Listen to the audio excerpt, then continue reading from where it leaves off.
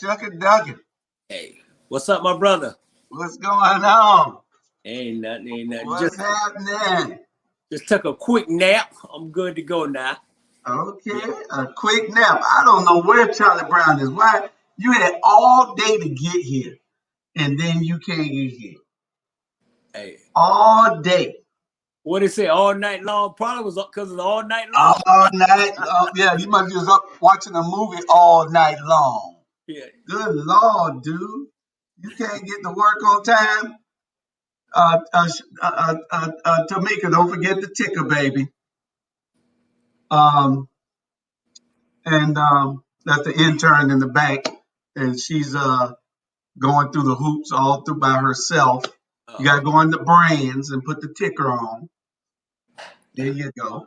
There you go. And change that out every 5 minutes. Yeah, she's getting there. She's getting there. She'll be all right. It takes about 3 or 4 shows by yourself and you get it right. You just got to go in and practice on your own at night. Sandra is with us. She had to go pick her son up from football practice, so she'll be back in a few minutes, I guess. And I don't know where Charlie Brown, he probably caught on the freeway in traffic somewhere. Eric Scott is still off. We should have Jay Jones and Amir Torre and Robert Bryant joining us tonight for commentary. Right. I don't know whether Sandra's guest is coming or not. She invited Pat Gunn. I don't know whether Miss Gunn is coming. But we're all here, and we have a lineup for you all that you all ought to be happy with. Mr. Brown, he gonna give a subject that he wanted to discuss, and then you don't be on time. How the hell you gonna do that? Don't send me no subject unless you're gonna be on time. Right. You know, you're gonna be on time. Don't send no subject. Just let me get it off. It's your subject. So I'm me and Bernard gonna start on the program doing what we do, and we'll go from there. We'll get it all right from there. And we'll see them when they pop in. Yeah, that's right. Yeah, I just say, don't stop no show. Yeah, that's it. That's it. Right. That's right. Don't stop no show. Don't stop no show now. Well, we're gonna go ahead and we're gonna get started on the first subject because the first subject, producer. There it is. Did you run them crazy last weekend with that? Man, hey. But hey, you know what? I think that's the trademark because every time, they didn't tell me. I gotta ask Tamika and Crystal whether you ran them crazy because I was out of town and you were. I saw y'all look like y'all had a ball. Man, Y'all man. like y'all had a ball on Friday. Y'all had y'all shirts off. Y'all just was having fun.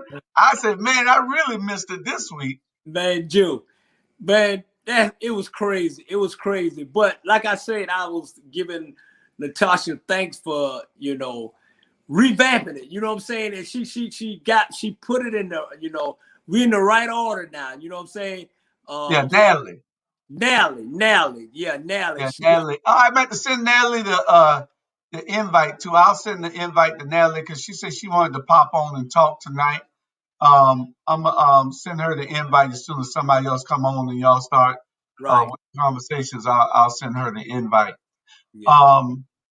One of the things we got a lot to talk about from Afghanistan to COVID to when you kick your kids out of the house. We got a bunch of stuff tonight, Right. and that we're going to just have honest, frank conversations on.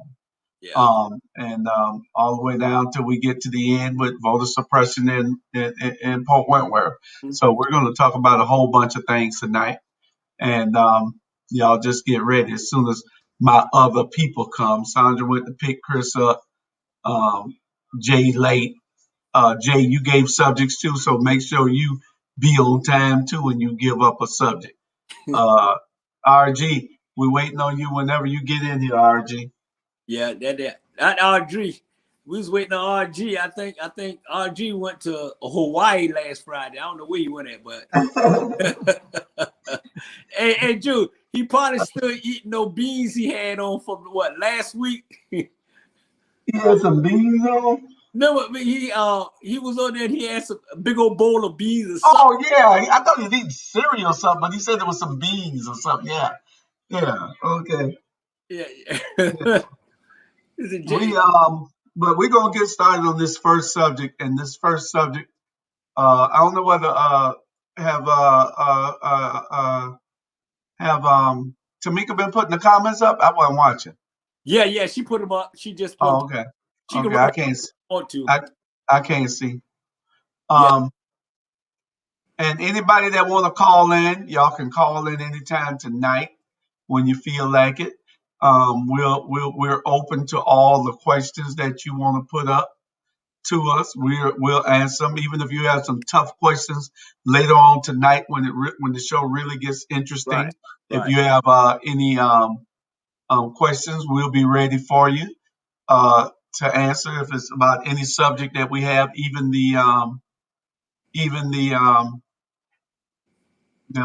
Port Wentworth voter suppression questions about my candidacy for mayor. So we're gonna get to that last. Yeah. So for right now, though, we're gonna go with our first subject, and our first subject is fleeing Afghanistan too soon.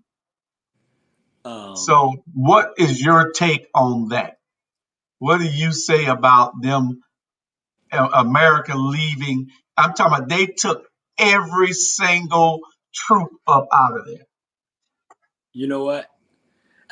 You know what? When I found out, I mean, I don't do too much watching the news or whatever, but when I found out that JoJo pulled them out, I was a little disturbed, and I seen the image of all the kids and the planes, and they flying, falling off the plane. My thing is this: I think just my personal opinion, and who don't like it, it is what it is. I think he shouldn't have never pulled those troops out.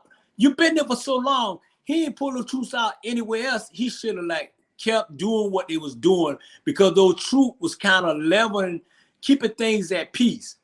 And you know what happened? I'm gonna tell you what happened, Jude.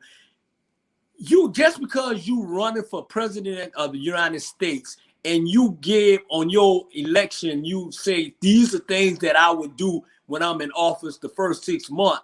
And one of them was pulling the people out of Afghanistan, which you can't always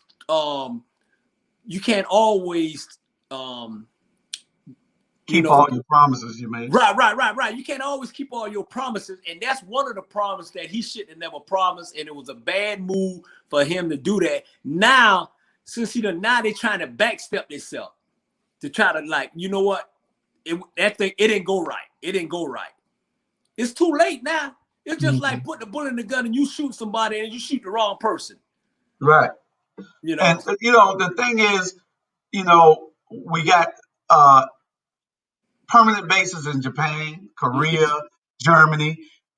There's no reason you went over there and you occupied this country. Yeah. Yeah. You occupied this country. And then you're going to all of a sudden pull out and leave the Taliban and Al Qaeda going to be fighting for control, blowing each other up and everything. And the thing is, this is my feeling, Bernard, if you go over and you occupy a country, then you might as well have them change some of their ways when they're around you. Yeah. And the reason I say it is that it's hard to conceal a bomb when you dress like we do. Yeah. It'll be bulky. But when you dress like they do in a damn sheet, yeah, for lack of a better word, their clothing is loose fitting and big. You can't tell what's under it. What's under it? So anytime you come to me, you got some people that don't let you take that makes you take your shoes off at their door. Yeah, yeah. It's the same thing with me. Before you come in here, you either gonna strip naked if you was dressed with that sheet on, or you gonna come dressed like an American. Yeah. So we can see. It's for safety. It is a safety protocol that they should have put in place. I need to see what you got on. Right. I need to see that if you do have a bomb, it's so little that it ain't gonna kill every darn body within 50 feet. Right. That little bomb might kill a couple of people, but it won't be as bad because it has to be smaller, But people just aren't thinking, No. You got to be able to do something to stop these people from these suicide bombers, because really America's getting out there because it's a different type of war. It's a different type of war because the mentality and the mindset is totally different. You see, before you could hold a gun on somebody and make them drop it. Yeah. These people here are going to press the trigger on there and blow themselves up. They don't mind dying. So It's a whole different mindset. So you have to think outside the box when you're dealing with this, with where you at. You got to be in that theater. Yeah. You can't be in the same theater you are everywhere else in the world, because some people mind dying and some people don't mind dying. Yeah, because you know how many presidents say they was gonna pull out. Every president that been in there so far, they say the same thing. Hey, we're gonna pull out, but they didn't pull out because they didn't have a plan, so they let it be. So all of a sudden, JoJo, okay, he didn't have a plan, and all of a sudden you pulling out. I think number one, he really and truly is a mess. They let down no people down there. And I mean, people are upset. I mean, I don't know what he was thinking. I don't know who gave him advice or whatever. That should have been the last thing you even were talking about doing. First thing you should have been doing, trying this the virus, the structure of this world, of this America. That you should have focused on us instead of that focus on pulling the people out of Afghanistan. Now it's not. Once they go, Drew, that's it, man. It's like unless you're gonna send them back in there, but you don't send them in with 20,000. You send them there with 50 or 60,000. That's right. You could have put your base there and still had a strong foothold in the Middle East. You could dispatch your planes and soldiers from anywhere over there. I mean, from over there to anywhere in the world or anywhere in the Middle East. Yeah. I don't know what the hell the thinking was. You make a promise that you're gonna get people out, but then you got to go back and say, no, we're going to have a permanent base here. We're going to make it safer. We're going to make it safer for these people. But this is the thing, Bernard. Then they want to bring 19,000 or more. How many people they brought over here?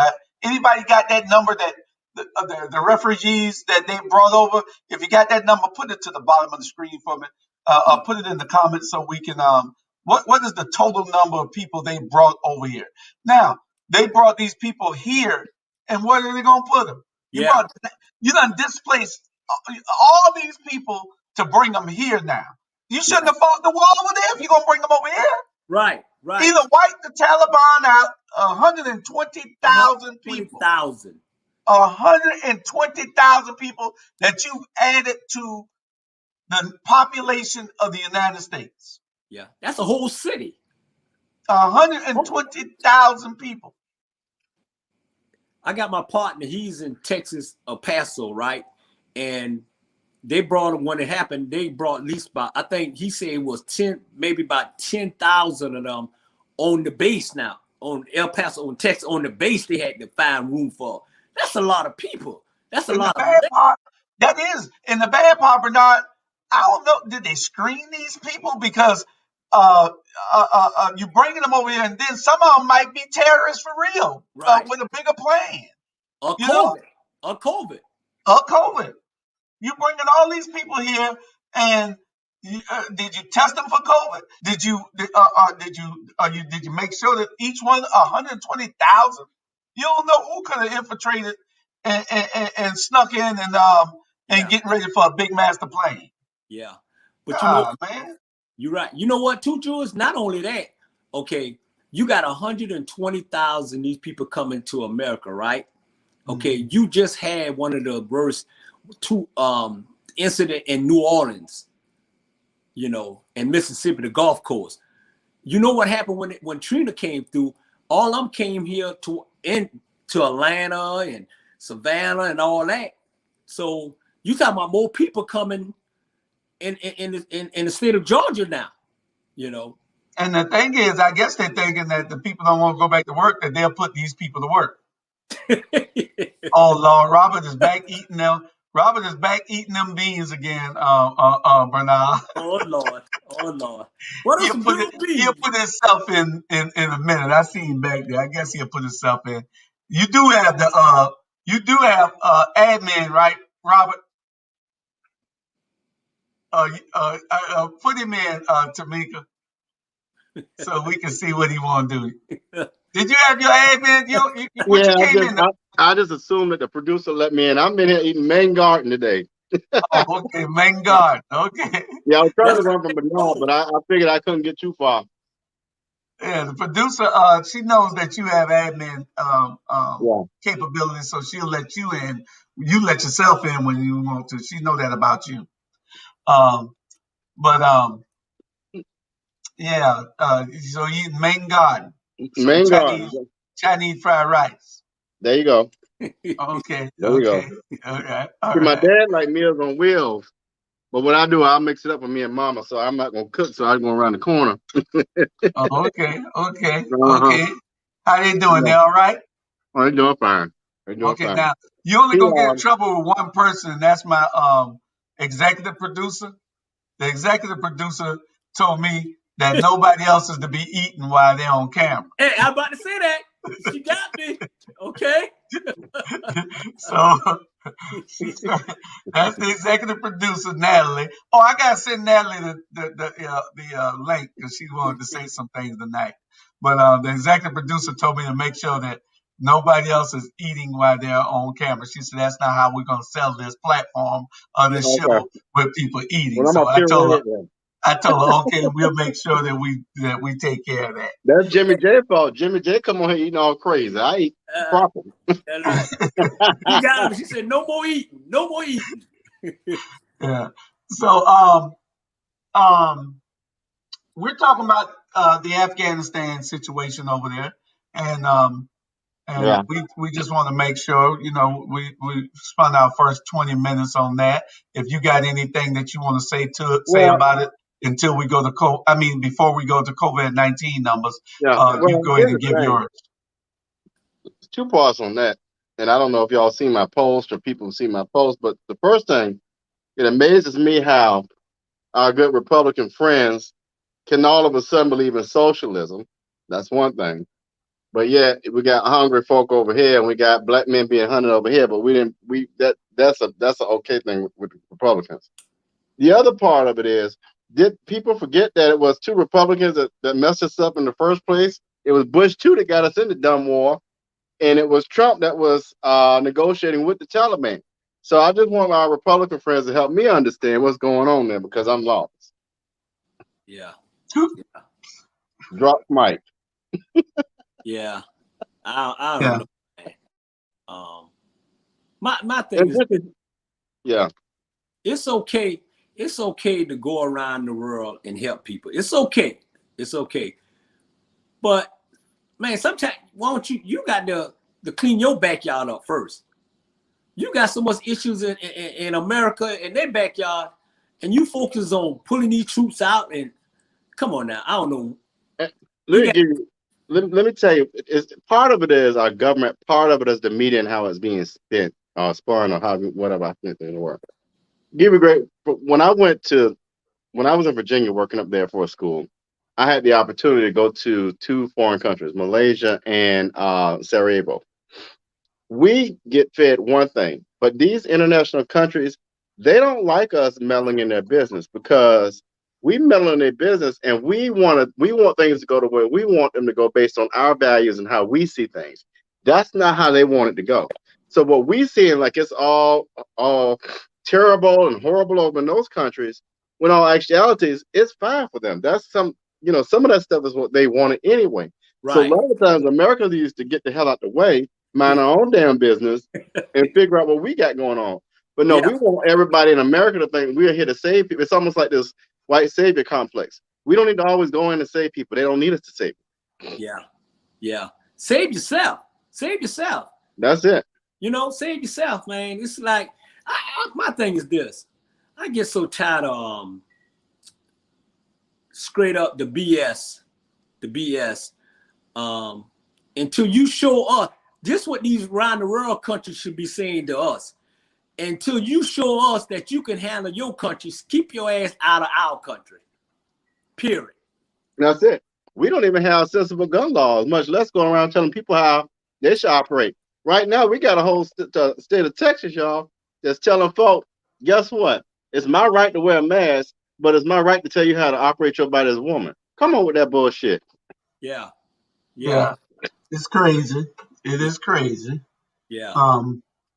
But America has done that, been the world police for too long. Some of the other countries have to take that weight also. Mr. Allen said that, what did he say? It's something he said. He said cheaper to have them here spending money than spending money and losing troops over there. That's a good point, Mr. Allen. That's a good point. But I think and that's only because of the type of war that they bring to us. They bring a war of suicide where they don't mind dying. If it wasn't for that, I believe the Americans would not be. We wouldn't be scared to do anything over there, and we would be still over there. Well, if we could just point a gun at somebody and tell them to stop. But since you can't, because these people aren't going to stop, that's a problem. Yeah. Rebecca said we already live among many American terrorists. I'm not afraid of refugees. We should have made a trade. You are absolutely correct. We should have took those 120 for those 15,000 that went into the Capitol on January 6th, and I know a couple of more that we should have here in Fort Wentworth that we should have sent with them. Yeah. People on. You end up with some crosses in your yard tonight. Man. Yeah, I know. Hey, it's a war here. Look here, we'll show up now, though. They go ahead and plan it. We're going to show up now. Yeah. Melinda Gwen thought I ain't heard from you, and I don't know where Ivan Coyne at. I don't know where Ivan at. Right. Ever since he was supposed to show up on Bernard's show, we ain't seen Ivan Coyne in a while. 3 weeks or so. Where he at? I don't know. Ivan, are you all right? Make sure you call, check in, Ivan Coyne, because we looking for you. Anybody tell Ivan we looking for him. I believe he told me he was going out of town for a couple weeks. I think I'm not sure, but okay. He should be back. He should be back this month. Yeah. Hey, boy, they're trucking that brother. Okay, there go Melinda Gwen. She Melinda. I ain't heard from Melinda about 2 weeks. Okay. we're glad to have y'all back. We're glad to have y'all comment. If y'all got any questions that y'all think we should answer, we will answer those questions. We're going on to our next subject. And the next one is what to do about COVID-19's rising numbers. You know what? Let me start with this part here. For the Go ahead. parents, and we preach to the choir, but for the parents who don't understand, you don't send your damn child to school sick, y'all need to be cited at least $500 for every child and every time they go to school sick. Y'all need y'all ass for that. Because what's happening is, what happens, the children go home, spread it, not just to their peers and their brothers and sisters, but they spread it to elderly folk who could die. So for every child, for every parent that's sending their child to school knowingly sick, you need to be fined a $500 fine.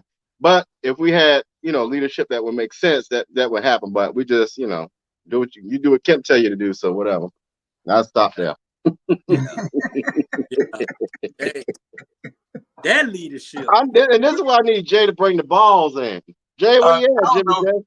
Yeah, Jimmy J. What he was the other night on your show, Bernard? Huh?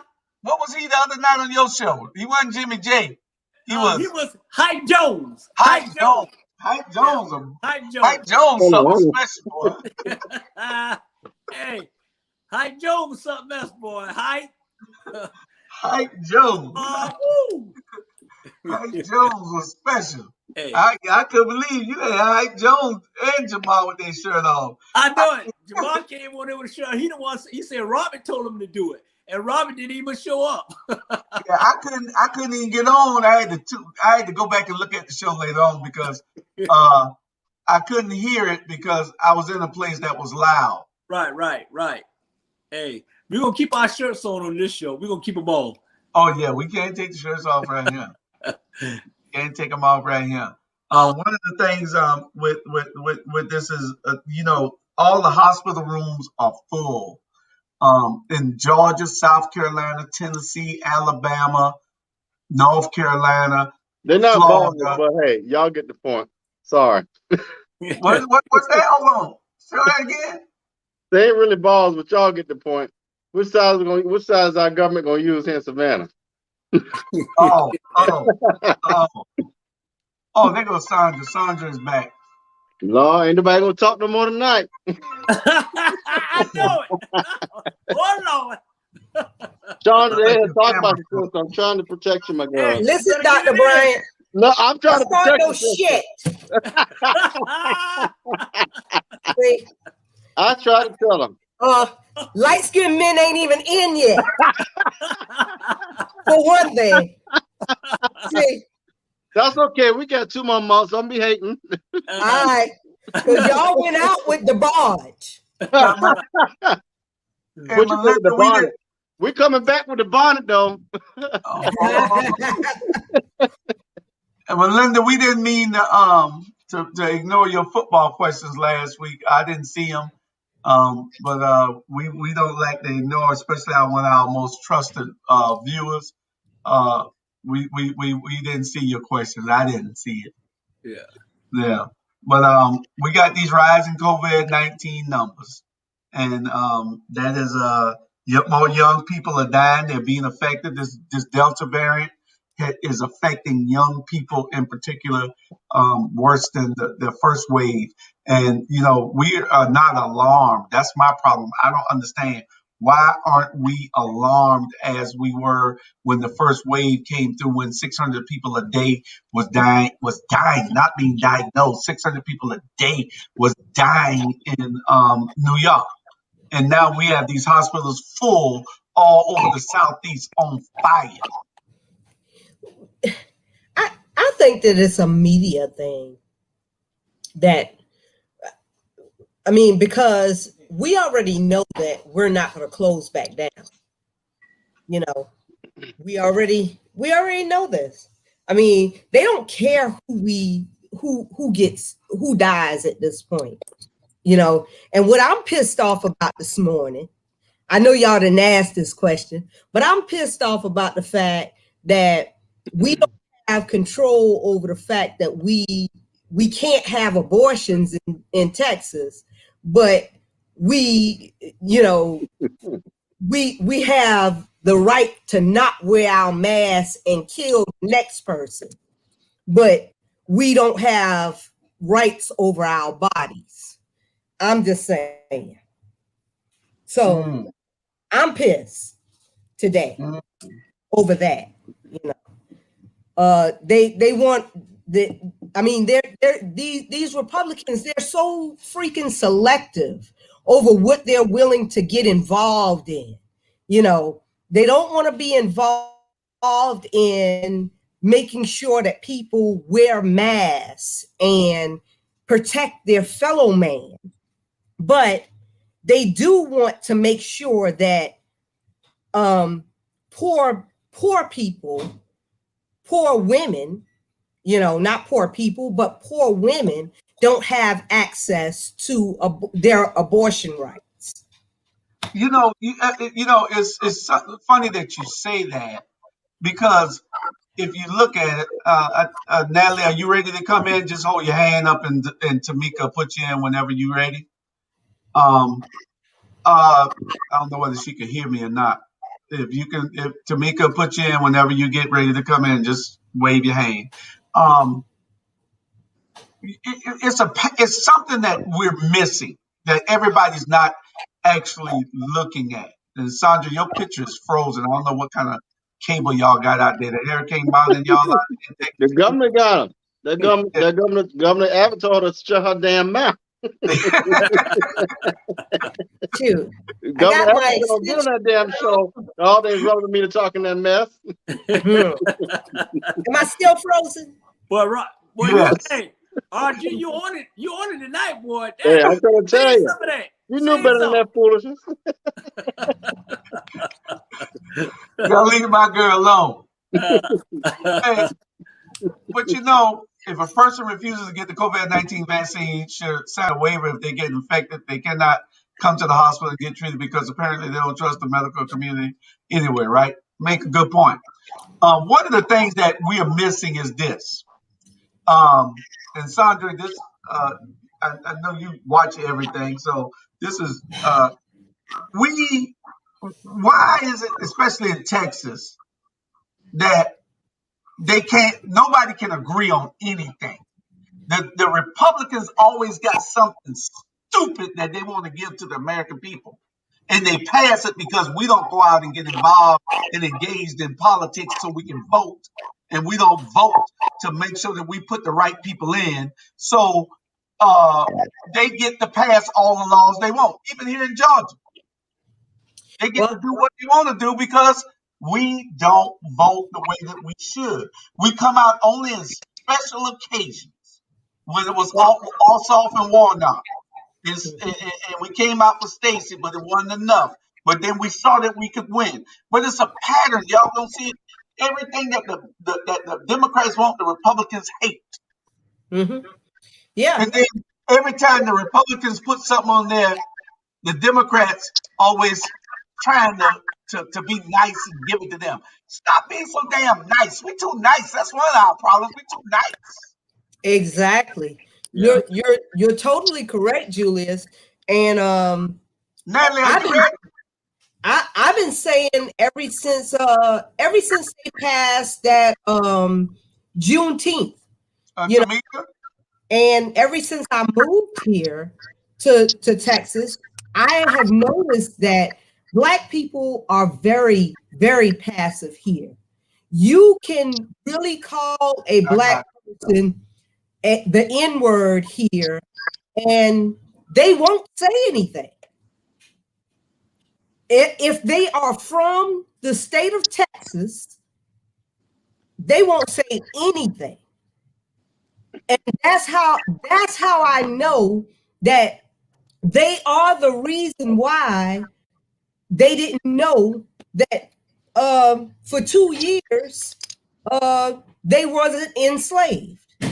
And that's why we had 95 bodies right there in Sugar Land. I don't know, y'all might want to look this up. It's called the Sugar Land 95.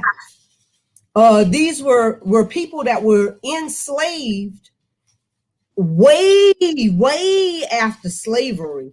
They were called they were put in mass grave. It was 95 of them. They were just they were given to the state.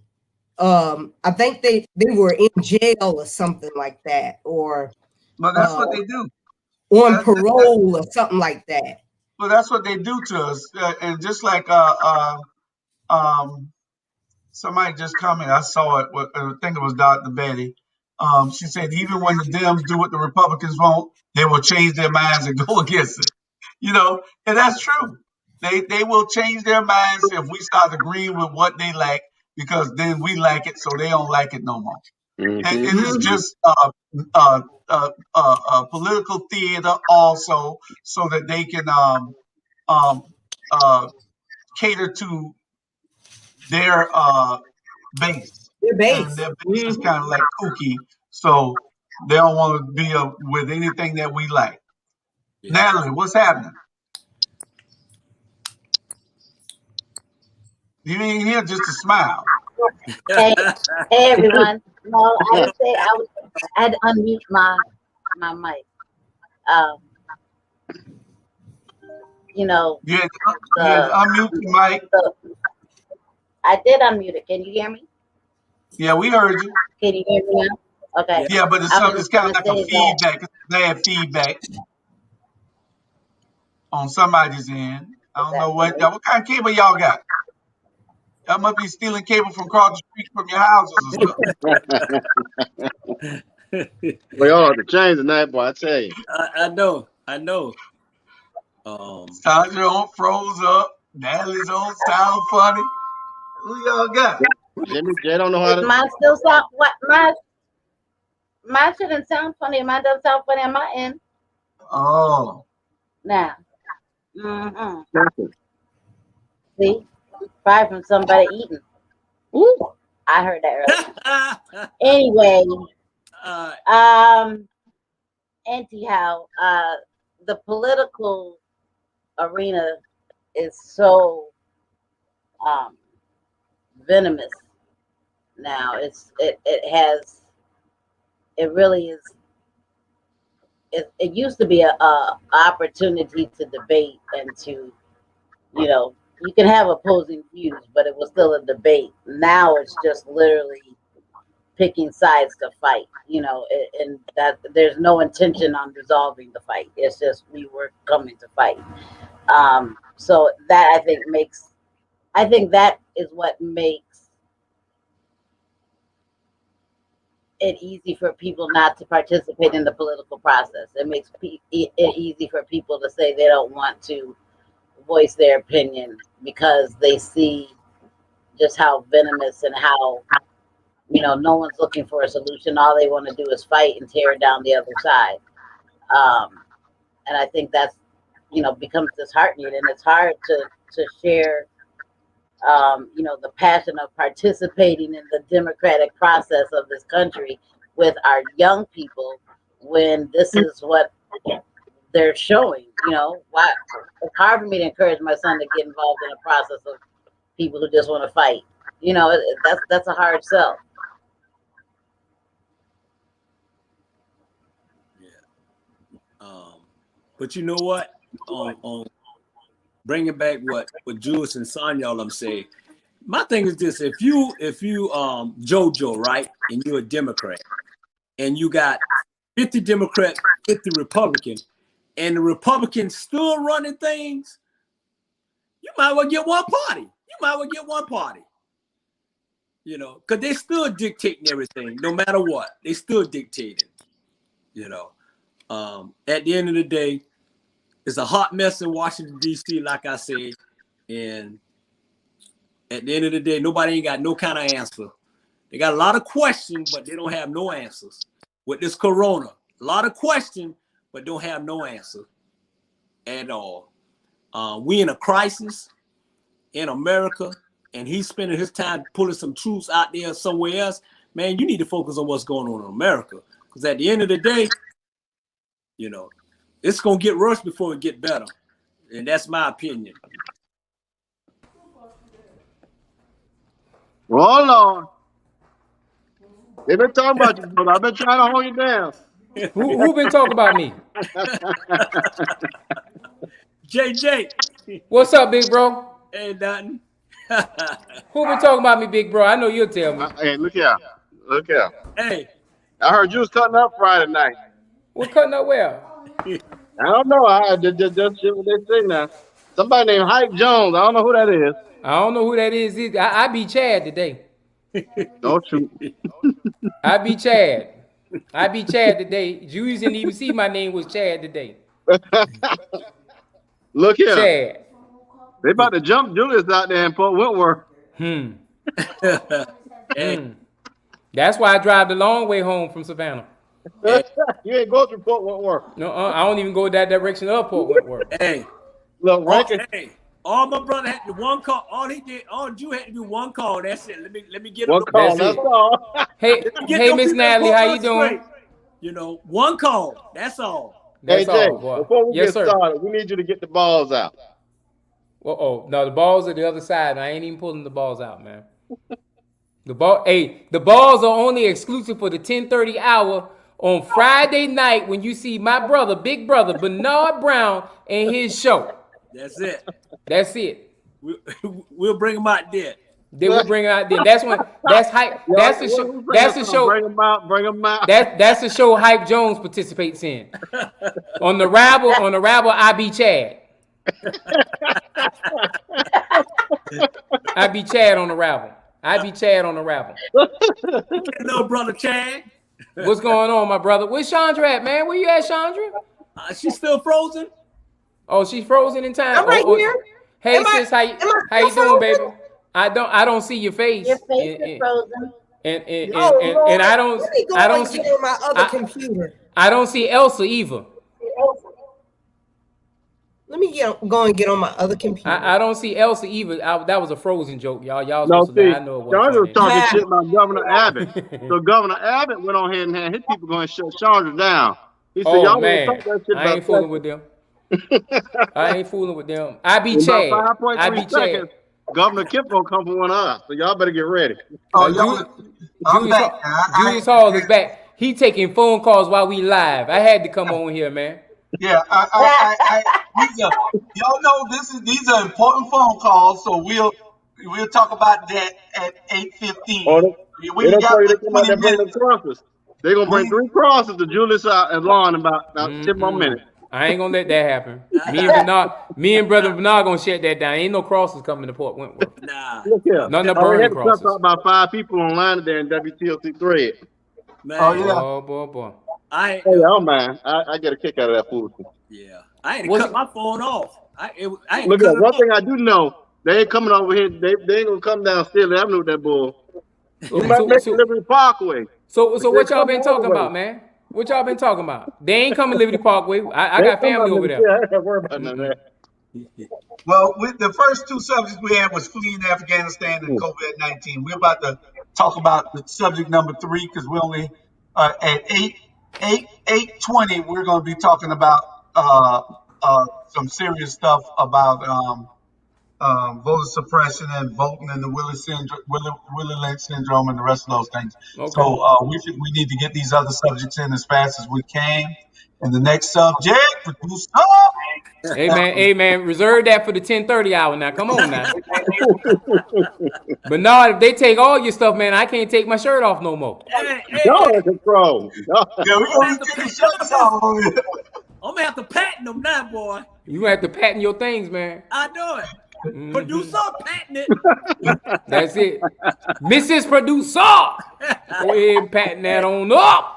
Okay, our third subject tonight is when do you kick your adult kids out the house? Hey, the key word is you kick them out before they become adults. Go ahead, Brother Brown.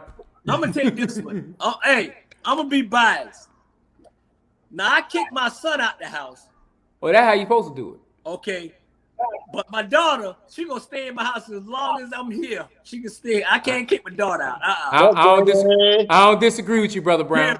That's just it. You know, I kick him out to be a man, and he wanted to come out. I said, nah. But my baby girl, she can stay with me as long as she want her. As long as she want, big brother. Yeah, that's just me. You know, But let you me gotta tell you protect the something. girls, man. Honestly, I don't understand a male that would want to stay there anyway. Let me tell you, I'm so happy to get back in my own. I love them. I love them to death. But I True. can't see a male wanting to be there past age. Hell, at 15, I'm ready to roll. Hey, RG, both of y'all chasing, so both of y'all can't be chasing in the same house. You know what? You so You know what I'm saying? Yeah. Can't both be boy, I chasing tell that. you. Natalie, don't get quiet on me now. You over there giggling and laughing now. Go ahead. We need your What? perspective too now. No, You said I'm I'm trying to hide. I'm just saying I don't know about kicking Your any mic of is my bad. children out of the house. My mic is bad.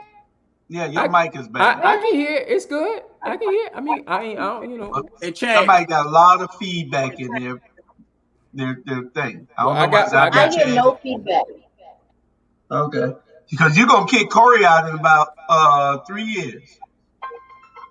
Okay, so let's be clear on this so you can hear me real clear. I will never kick my son out of the house. That's how it works. I just don't. Uh, What I'm doing is I'm trying to make sure that my son grows up to be a man who wants his own. So, I don't think I'll have to kick my son out the house But y'all, if I ensure that he has the title on his own. Dr. but that's Chandra is how it back on the goes. mic. The mothers, the sons and the mothers stick together. So that's how it goes. And the daughters and the fathers stick yeah, together. yeah.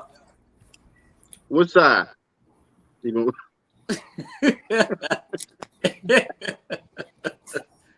But hey, Georgia. Robin acting ever since he got on this show, boy, he was acting up. All right, it got to be the beans. It got to be the beans. Where are we now in the agenda? Lord You kicking bless your him. son out the house. Yeah, we talking about how you kicked your son out the other day. she kicked Chris out when he was 13. He just keep coming back. You'll be ashamed of yourself. First of all, That's I awful. don't kick any of my children out. That ain't what Julius say. No. You might as well kick Chris out because you trying to kill him. Because my children get right. They know rap type. Yeah, they know that. But, you muted IB Chad. You know what I do, Bernard. You know what I do when them kind of words come out, kill and all that stuff.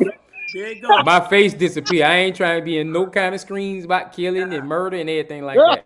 He don't want to be in no mess. No, I said they know how to get right. I mean, Oh, Lord. My but- charge is sweet. but I'm gonna say this, because I was the one that wanted to talk about this, and the reason why I wanted to talk about it is because I think that our children are falling behind as far as adulthood because of the fact that we're allowing them to go out there too early. You know, Hispanic people,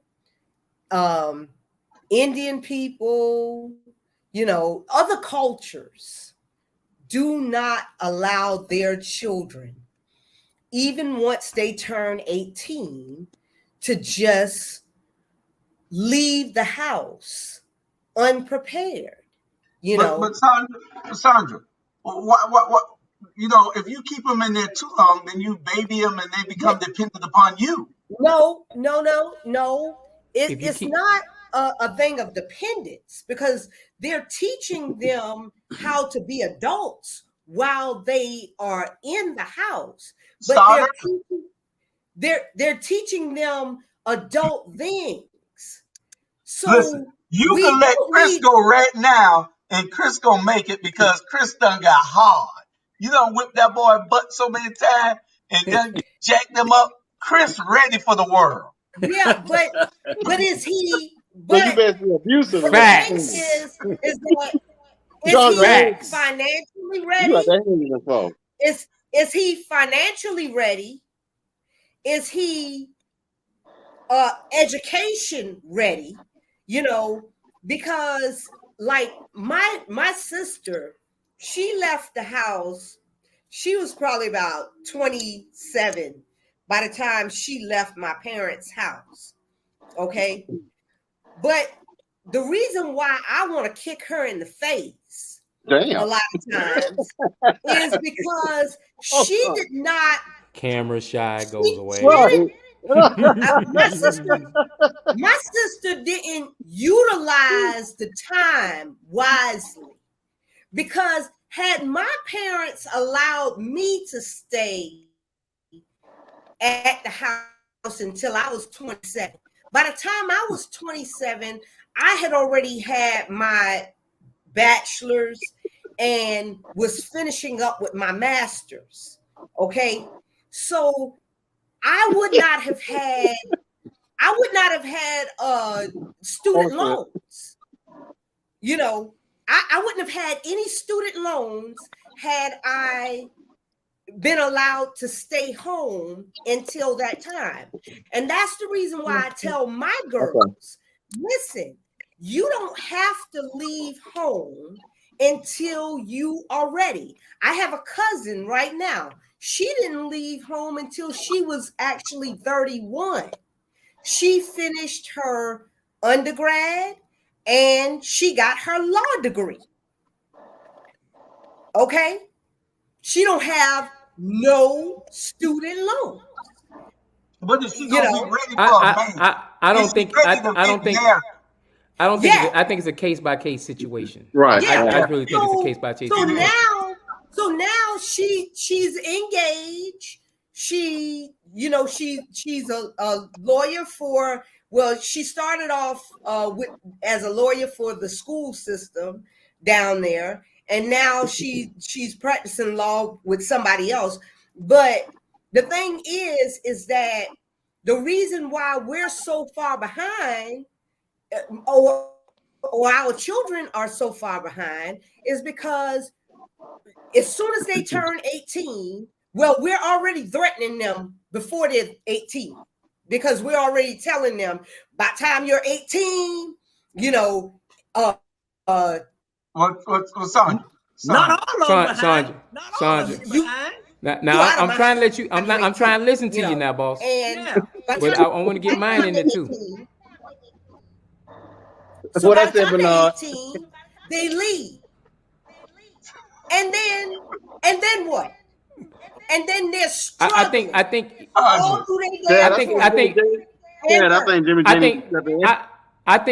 it's a part of preparation. I think it's all a part of preparation. I think if you prepare your child correctly, like I said, me and my sister came out of the same household. Yeah. Nobody knew me and my sister came out of the same household, because when I was 18, they didn't have to kick me out. I tried to get out before I turned 18. Because that's how my parents raised me. My father raised me that way.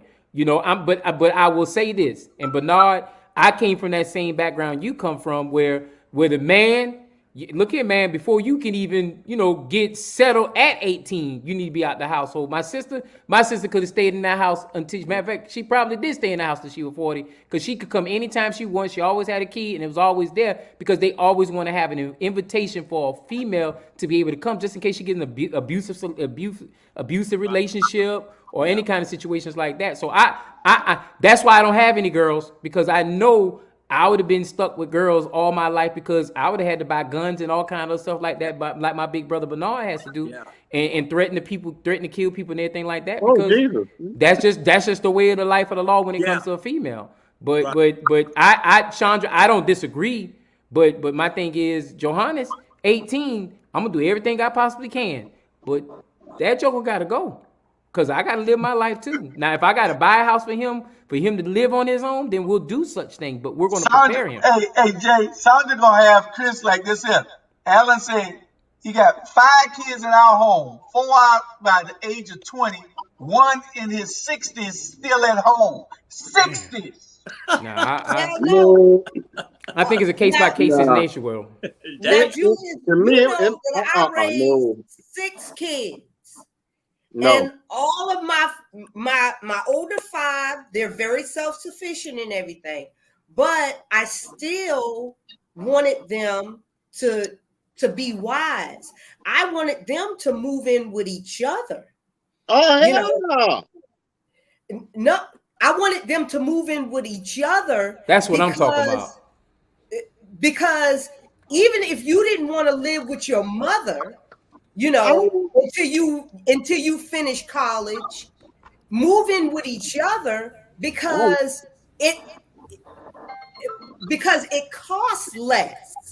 That's the reason What it why. comes down to, Chandra, That's the reason why these Indians are no, able to baby. get To all of me, these like me, damn. I value my privacy. I don't want when I'll tell you, I tell people now, my friends or whoever. For example, when I come home from work, I don't, and I've been like this forever. I don't want to see no breathing human being. Period. I don't. I've been around people all day long. I don't give a damn if you're my brother, sister, whomever. I don't want to see a breathing human being for the next 4 hours. And if you don't have that privacy, that can make somebody really go like, wait, whoa. You know what I'm saying? So I think I get what you're saying, but sometimes folks got to learn how they learn. I mean, you Well, being in the house with somebody ain't gonna make you learn financial responsibility. Ain't gonna make you I, learn how to get up in the morning. It's just not. I think as young people grow and as our children grow, um, you have to give them the opportunity to learn those life lessons. To I'm and just so you probably preface this, I'm the mother biologically of one, but I'm the stepmother of 8. So understand that children are going. I mean, if you think back to how your 20s were, you know, there are opportunities where, okay, well, mom, I had to come back home for a minute. I had to regroup. You know, I think it's just a matter of nurturing and being supportive to our children and our youth. And unfortunately, over the generations and generations that we've had, we're not able to necessarily prepare or provide our children with a lot of the things that those who brought us to this country have been able to do for their children once they reach the age of 18.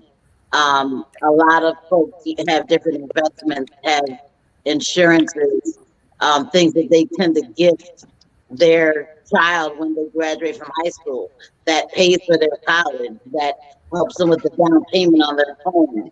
You know, there's things that we as a people don't have the luxury of being commonplace. I'm not saying some of our families don't do that, because there are some who do, but the majority of us don't have that luxury. So we want to just make sure that we're there for our young No, people. And Natalie, I came home twice. I Mhm. came home to, now mind you, I didn't stay more than 6 months because as an adult male, I just didn't feel right being in the house, being told be home at this time, or you can't do this, or you can't do that. Right, And so right. I made sure I had separation anxiety, and I kicked rocks after 3 or 4 months both times I did come back into my household. But that's You know, that's the joy of teaching that's the joy of having young people in your home, to you got understand that music. when you live in my home, I you don't think live they by can hear my me. rules. And when you Preach, want can to you live hear by me? your rules, you have to have your own home. They can't okay, hear me. Charlie That Brown. is it. There Charlie it Brown, is. what'd you say? There it is. I That's was right there. I was simply saying that what's happening to a lot of the young people who turn 18, they're not actually ready for the world. I think it's a little bit too early, and I think we're putting them out there, and that's why a great deal of the black young men are going to jail, because the dad said you got to go, and they are not mature enough. I honestly think it should be at least 22 before they start putting a lot of pressure on them in that sense. You spend a lot of money bonding them out of jail, but you don't want to give them money to do other stuff with a lot of time. We got to reevaluate. I don't care. I don't know where this bullshit come from, that 18. That shouldn't be a standard, because some of the individuals are not ready. I'm telling you, they're not mature enough to be out there on their own. Charlie Brown Jr. Thank disagree you, with you, Charlie. man. Charlie Brown Jr. disagree with you. You got people right now 40 No. years old and they still not ready and they out there. But No, if we prepare them, no, I'm not saying when you're 40, I'm saying you've been under your mom and dad umbrella. You talking about 16, 17, all of a sudden you turn 18. You talking about it's time to leave. I There's think something wrong. They're not ready. And I I'm think telling you, that is one of the biggest problems. I think the problem is, and Chandra, you said it, you alluded to the other cultures. The issue is, and I talked about it last week, I believe, we haven't learned how to pass down generational knowledge. And that's where the gap Or is. wealth, We don't or pass wealth, down or wealth, generation wealth too. none of it. And so now all of a sudden we see other cultures doing that. That's because in the indigenous community, there are things that are rites of passages that young Correct. people go through that we have forgotten because the pastors and the community organizations have forgotten about that. And now we're so damn individualistic and we want to bring it back. What is it that we want? You're absolutely right. Thank you Well, for sharing that. I mean, You know, I again, feel like we should Again, stop we need being to reevaluate individualistic somehow. for one thing. Go ahead, Charlie. I say we need to actually reevaluate. I don't care what other people do and what other culture do. We got to look at how many young black men's in jail who 18, 19, because they're out there trying to hustle because they're on their own. I'm telling you, it's a major problem. Charlie, Exactly. the major problem I see is the dropout age rate as far as the dropouts dropping out at 15, 16 years old in that household and they ain't recovering. It's so many things I can call out as far as statistical rates. I understand. Yes, it is true. That is the truth of the truth. My daddy dropped out of school. We not talking about when did that happen, Chandra? When did that happen? We talking about 2021. Your daddy dropped out at that age in a different time frame where he could go out there and get a job with a dropout as a dropout. Now you can't do that. You can't do that today. Chandra, my daddy dropped out too. And he's got a job and he retired and everything under the sun. And he went and got back and got a GED. But you do that in this day and time, you're not going to survive. People barely survive with a high school diploma. When our parents were growing up, there was accountability on the streets. By the time you got home from school, your ass was whooped 4 times, and then you got another one when you got home. We don't have that accountability in the community no more. The last time we had that, and a lot of people get pissed at me when I bring it up, but my good friend, Daddy, Reverend Benny Mitchell, was the last pastor here that gave a damn about this community. And any pastor that want to get mad at me about it, I don't care. I don't see that even anymore. We don't have the same accountability measures nor support system in this city of Savannah that we scream about some damn mentoring programs to put bricks on the goddamn Broad Street. That's the problem. Oh, shoot. All right. Now, sounds like you should wrap up. Go ahead, Dr. Brian. You got a point there. You know what else we doing? We not preparing them. Are we sitting down when they're 14, 15 and say, this is the budget? This how you make out a budget? Exactly. I agree. We not teaching them to do it. An 18 come, boy, you got to go. Jay, I don't agree with you. You are sending them away. No, I'm not. No, whoa, Bernard, he ain't gonna call my name out and I don't come back for him now. He ain't gonna do that. Whoa. I'm not going nowhere. Charlie Brown Jr. is going to talk. You're wrong about the 18. Charlie Brown Jr. is going to talk. You're wrong about the 18. You are absolutely wrong. No, you are wrong about not putting the standard. You are wrong about not putting the standard out there on an age. Whether they succeed or not at 18 is irrelevant. But you have to put some kind of standard out there, and that's the problem with society. We don't. Charlie, I sit there and listen to you. You gonna listen to me? Mute him, Julius. Mute him, Julius. Mute him. Mute him. No, you mute him. Same time I was talking. I ain't never talk when you talk. No, I did not. No, I did not. How dare you talk to Charlie Brown Jr. like that? How dare you talk to Charlie Brown Jr. like that? You don't piss in my face and tell me it's raining. No, I told you it was snow. Stop lying on me.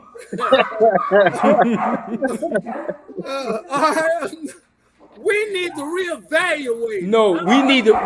We need to set standards for these kids. That's what we need to do. I agree with that part. We need to set standards. 18, if the standards gonna be ready to go. Well, watch this. At 16, they ain't ready to drop out. I don't see nobody hollering and screaming about that. Well, I would holler and scream about that. I don't see nobody hollering and screaming about that. You are allowing your child to drop out at the age of 16 You are a sorry ass parent. But you know what, Chandra? I Chandra, the problem is this, Chandra. You don't have to be a sorry ass parent. A child can drop out without any kind of reservation, without Not any in my permission. goddamn That's house, right. you wouldn't. In the state of Georgia, it does not require a You parent to live sign it. in my house and be a dropout. Chandra, that's your house. That's your house. We talking about houses over here. Chandra, we talking about houses over here. Come on now. No. If you went to Windsor Forest, you wouldn't drop out. If a parent has a standard, you don't let your damn child They drop. ain't dropping out of Windsor Forest. Chandra, folk been allowing folk to drop out. I bet they drop out over there in Texas. 16-year-old can't feed themselves. How are they allowed? How are you allowing them to just drop out of school? They gonna have Because to Chandra, you keep saying, how did they allow it? You're not understanding. A child at 16 can sign the paper consenting themselves to be a dropout. They don't need a parent. That's what you're trying. That's what I'm trying to get you to hear. That law change. You ain't like you can beat them. They never gonna change that law. Change, but if you are a real parent, your child already know, because I got a 16-year-old right now, and I promise you this. He already know that he got to get up for school every damn morning, that there is a school day. But you know what? That sounds like these parents that say, my child ain't having sex. Yes, they are. Oh, Yeah. That's not, come on, what you I gonna do? buy condoms for that. Hey, All night long. See, I All already night, know that. all night. I'm saying, they out here fucking, they can drop out. see, you setting yourself up to abuse a child now. Because when he don't listen to you at that age, then you want to hit him side the head. That's the prison. What do you mean? No, sir.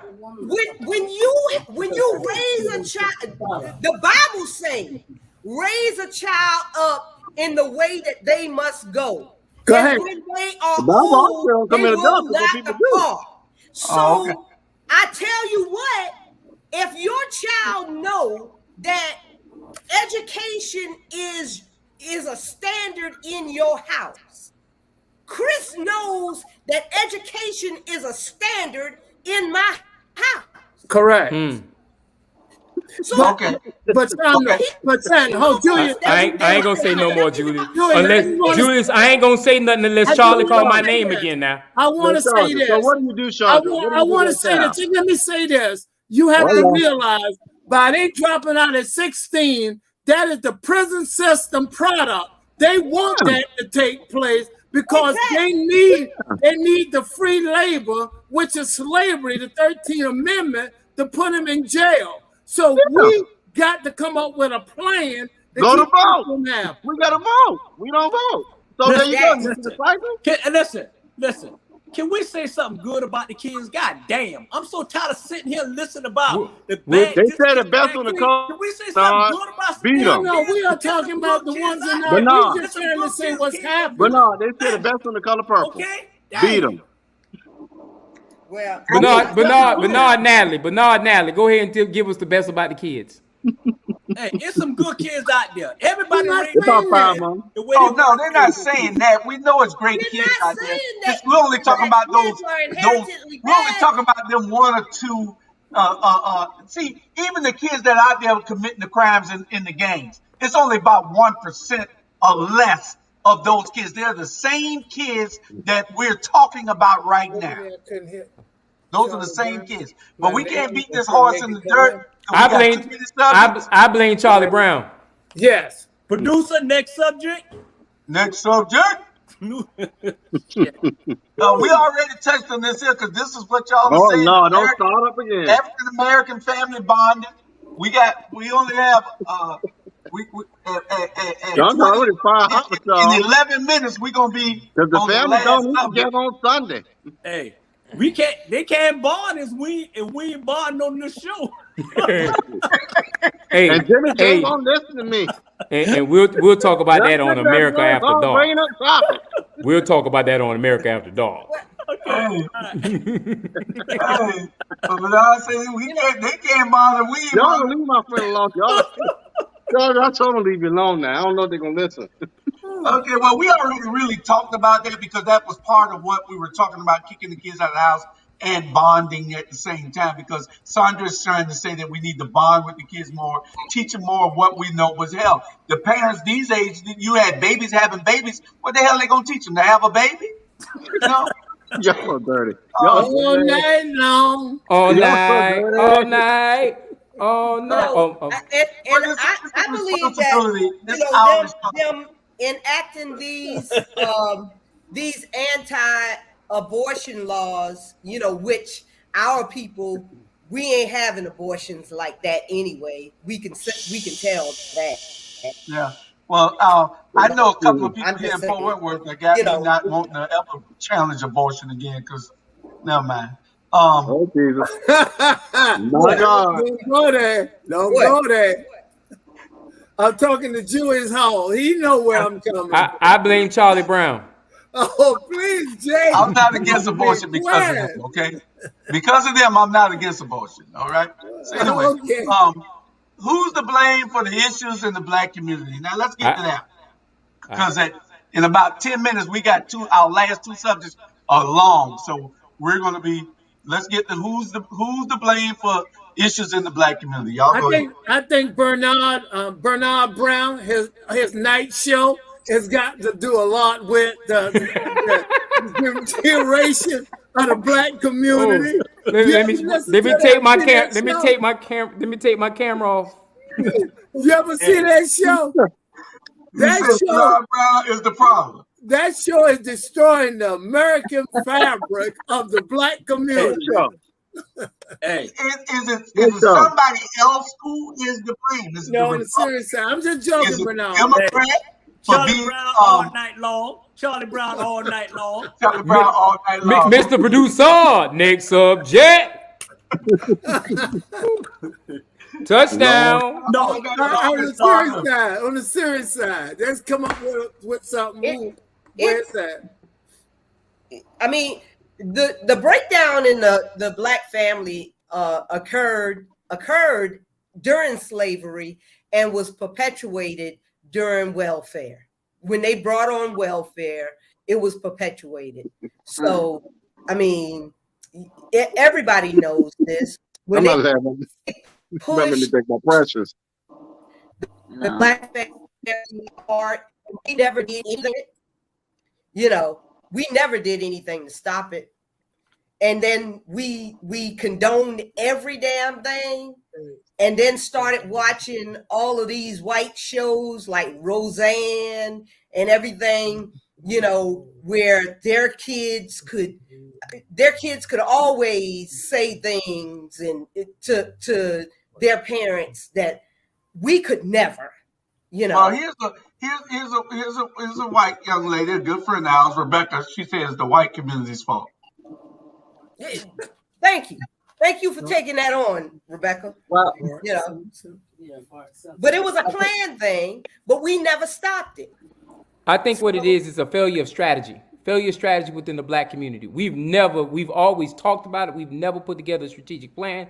And then every time, because we never had any wealth, because we never had a plan, everything will happen and we vote by race. We don't vote by position, or we don't vote by who supports and who pushes our agenda. Because of all this stuff right here, and because we vote in those kind of blocks and we don't have any economics, and then we allow other societies to put elected officials up to represent us, and then we'll allow them to sit in them seats, and then instead of saying, hey, you're doing a good job because you're actually doing a good job, we're just saying they're doing a good job because they Black and they actually made it, which is not really doing a good job. You're absolutely right, Jay. You're absolutely right. You ain't agreeing with me, Charlie Brown. You ain't agreeing with me. I can't. No, you're absolutely right, and you got a valid point there. We got to vote for a person who's going to do more for the community, and you cannot follow people like Bart Simpson, and a lot of people follow him. He is part of the deterioration, all that crap he be talking.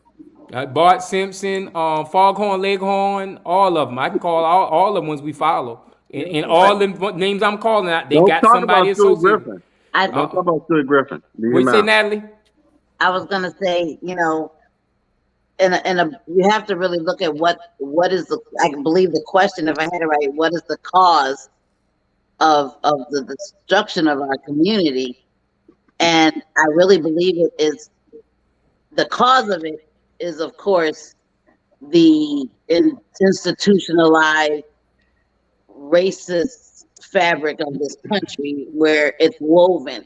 Understand that they have, this is a layered thing. There's not one that, Yes, and that's it's been our issue. multitude. Like, Yeah, I we agree. always want to pick one point and say this is going to fix it. No, it's not.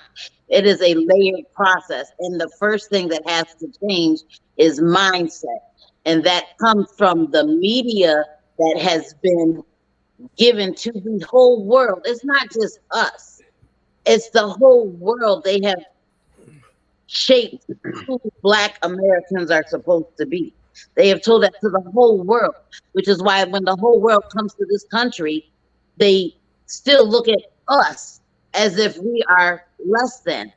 Yeah, It, but it is that perpetuating that story all will become internalized into our community. So then we then we self-destruct. yeah, but Natalie, you have to give credit to every time Black America has tried to become successful in society, we are put 3 steps back. Renaissance period, Black Wall Street. You talk about Rosewood. You can talk about any time in Black America where we stepped forward and we said, F those people who are in charge of us. We're going to be better than them. Every time we've done that, our world has been crippled and torn apart. And you have to place blame to another society, white society, whatever you want to call it, society has been always stepping on our neck. Every time we become successful, they push us 3 steps back. And so you think about in North Carolina in 1896, I believe, we had it where we had 6, 7 state legislators in North Carolina setting the bar and changing the narrative in North Carolina. And what happened? When they saw that happening, guess what they did? They tore that apart and they took that away from us. But I believe again, it's a very broad sense of mindset that we're not used to. But I guess you coming up with in a predominantly white area, understand a lot of what you just said right there is not even a thought for the white community. That they don't even think that way, because what do you mean? That mindset isn't even there for them. So I believe, to say that, like when you were saying that when we have achieved success, we are success. The reason why we are success is because this country wouldn't be what it is without us. But we can say that, but how do we're not successful? How do we perpetuate that? How do we perpetuate that into society? Because this is what I'm getting you to understand here. If I'm successful as a Black man and I generate wealth, what I got to do is I got to look back and I got to help all my cousins, brothers, sisters, and everybody else understand, help them with a footstep up, because I become the patriarch of the community. With white people, they don't have to see that. When they become successful, it's not as hard on them to actually do that. In the same, if we could be, this is statistics, what I'm talking about. We can come with the same degree, same job, and everything like that. But I gotta always constantly help somebody. Where on the white community side, they're building within the fabric of their society, and that's why they're able to create generational wealth and all those other factors that perpetuate their society. They perpetuate their role in society. But they reach back and get their own too.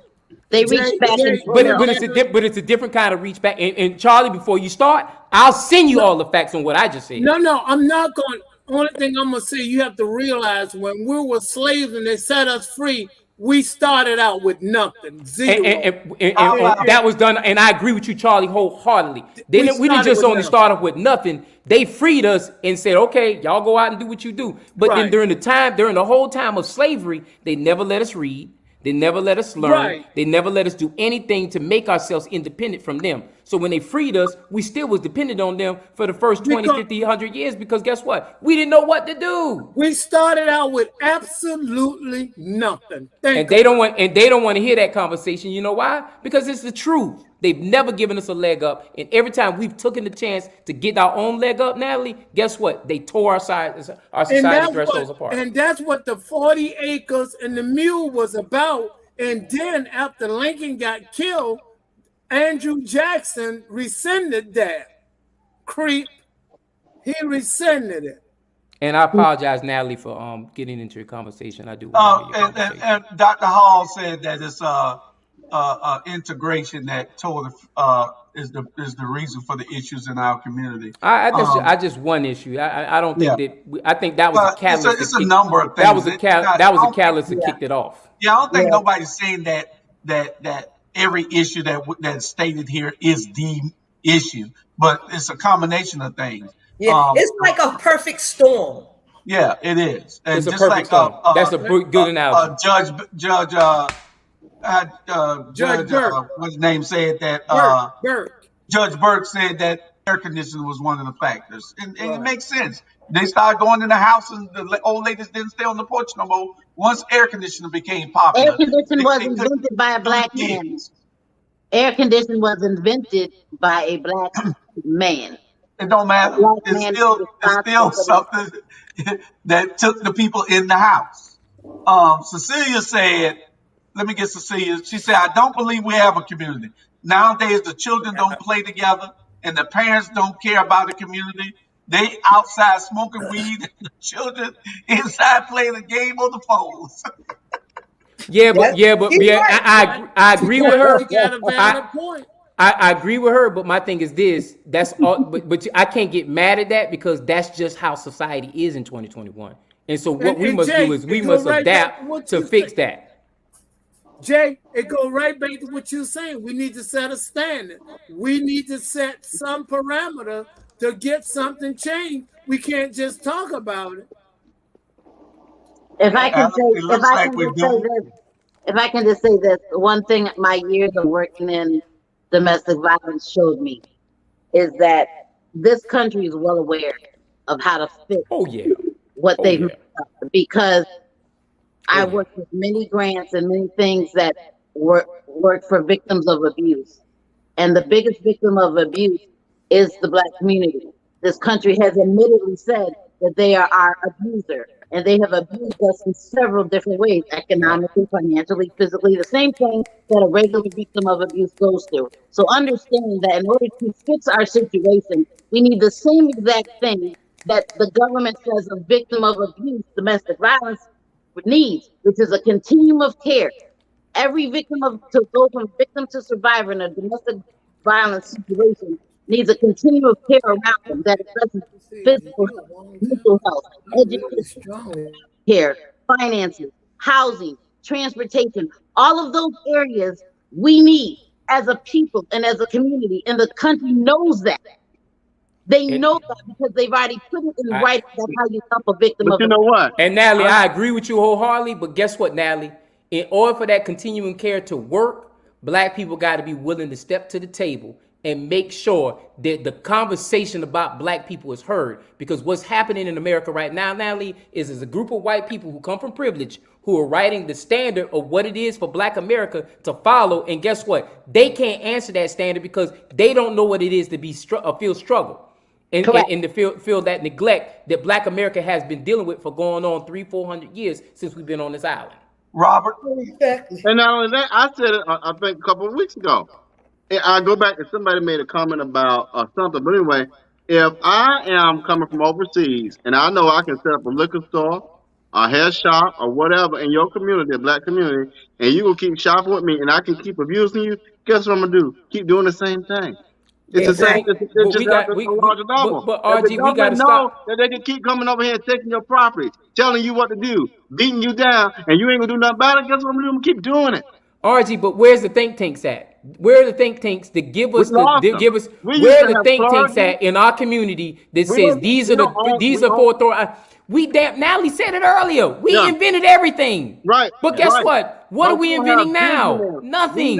We don't have two things that are wrong. Two things that are wrong. We don't. No, hold on. I'm gonna tell you what's wrong. We don't have visionaries and we don't have leaders that have balls.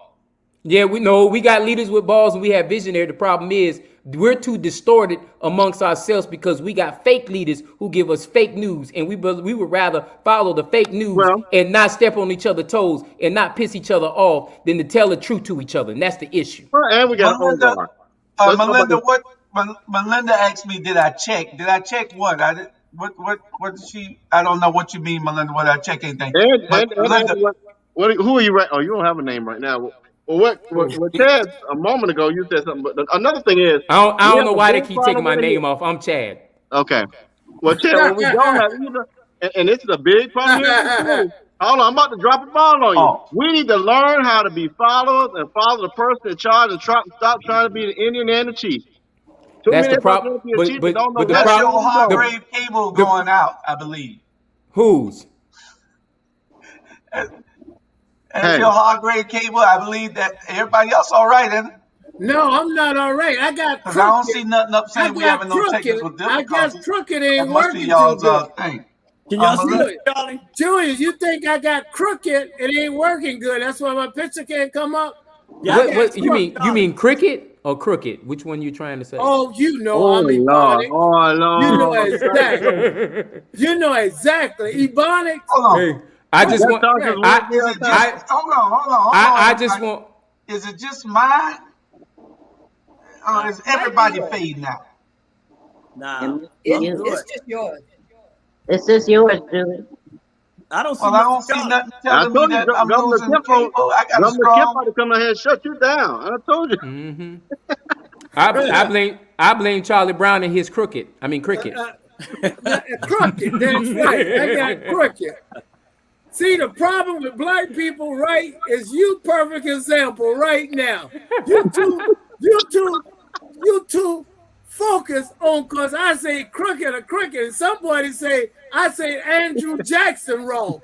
What the big deal? We know who Andrew It's a Jackson big deal. is. Charlie Brown is a That's big deal not because we want to make Charlie Brown. We want people to have the right sources to the right people. Charlie, it is a they big got deal. it. They got it, but that's where their interests lie at, to correct Boy, y'all each in the other. People, Charlie Brown. People fail for two things: lack of information, lack of knowledge. That's correct. Come on, Charlie Brown. That's correct. But it's So you can't be close preaching now. if you can't be preaching and teaching if you ain't be able to be reaching with it. Jay, but it's close knowledge and they know it. But they're too busy trying to destroy each other instead of trying to figure out how to fight these white folks. Julius need to figure out how to fight his internet battles he got going on. y'all ain't got no sense. I ain't got nothing to say. I ain't got nothing to say. We need to figure out how to stop fighting each other, not fighting the white folks. We need to figure out how we fighting each other. Y'all been black. Bernard. They're my brother's keeper. You know what? One thing. Bernard, that's exactly what I'm saying. They're worrying about words. I'm trying to Charlie, Charlie, let me, before I put the circle on you, let Natalie talk. I was gonna say, you know, sometimes it's really good to just support somebody with your silence. If it's not something that, you know, I try to make sure that I root for everybody black. And if there's folks that I may not necessarily agree wholeheartedly with what they're doing, but it's still to benefit my people, then I'm just going to support them with my silence. I don't have to feel bad about them. I just need to put my passion to what I'm passionate about and move forward. Stay in your lane. But why we got to do this bickering at other people's passion for making our community better? That's where we mess up. Natalie, I hear you, Natalie, but sometimes when we are silent, when we should be speaking up, that's my only downfall. No. I don't mean speaking. I don't mean being silent against things that hurt us. Yes, ma'am. What I'm saying is, like, I'll use an example. I don't know the name of that organization, but where the Tanya said it best. Tanya said it best. Silence with your money. Yes, silence with your money. And that's the sad part we don't do. Or support with your money. We don't do that either. Natalie, talk this one. How about we'll go to a black business, and if they got one thing wrong, we'll talk about everything it is under the sun wrong about that black business. But then we go to a white business or a regular business, and guess what? We'll have cold food, the drink, the sweet tea, sour, look like it ain't been expired for 4 or 5 days. And we'll talk to our friends. Yeah, man, I had a ball at so-and-so restaurant, but we don't never mention the downfalls of those communities right there. And that's a big point we need to focus on. Jay, on the serious side, what Natalie said, silence sometimes when a person feel like their vocabulary, I'm serious, not correct, they stay silent because blacks do just what you do. I know what you and me, I'm serious. I'm not joking with you. with me and you, it's okay. Because I care less. But I'm saying other blacks destroy other blacks, and that keep them say I'm not gonna say nothing because they will make fun at me, and so I'll be quiet. Charlie, you know good and well.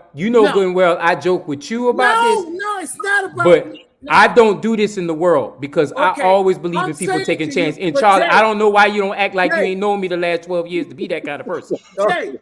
Jay, it happened. Dr. Brian know I'm telling the truth. Right. I know I'm telling the truth. We as black people have a tendency to put down each other in a foam, and we're not getting anywhere. We need to uplift each other. If the guy even say the word raggedy, it don't make no difference. You know what he meant. You can correct it later, but don't stop him in the middle of a sentence. If they saying strawberry, I'm gonna tell them they don't need to say strawberry. It's strawberry. I'm gonna tell them what's right, Charlie. I'm sorry. That's just me. I'm saying, no, Jay, I disagree with you. The guy can be in a flow, Jay. Jay, see, this is what I'm talking about. What about scrimp? If they say scrimp, I'm gonna say how much does scrimp cost? How much does scrimp cost? It is shrimp. You know what I mean? It is shrimp. If they say overday, I'm gonna say something about them saying overday. I'm sorry, Charlie. What if they're Pacific is what they're talking? And if they trying to cost the Pacific, I'm gonna close them out on that one too, Charlie. You do not open your mouth. You keep your damn mouth shut. That's what's wrong, Charlie. And then Charlie, no, I'm gonna tell you why I know. I'm gonna tell you why I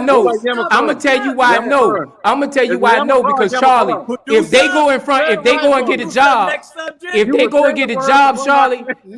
to get a job, Charlie, and they use them words, they won't get a job, Charlie. You're not listening. I'm saying if you can correct them, you correct them What about and Henry all Street? over. It's the Henry Street or Henry? Henry. You don't correct them then. That's what I'm saying. Charlie, I don't even know. I don't know, Charlie. I don't even know. Right, Brian, let me tell you, Charlie, I don't even know why you play me like that, because you know I do that all the time, talking to people in private, then talking in public. But I'm gonna joke and play with you, Charlie. Jay, it's not about me and you. I'm trying to get the message out to people. Don't do that to others. I understand, Charlie. But your problem was you use me as an example. Is lift them up, and then after the event is over with, if you feel free to go up to them and say, you mispronounced a couple of stuff, but we know what you meant. You don't stop them in the middle of a conversation. Bernard, you are now the producer. Go ahead, Bernard. Hey, Mr. Charlie, you need to lift me up because you say my damn show is destroying the black community. Hallelujah.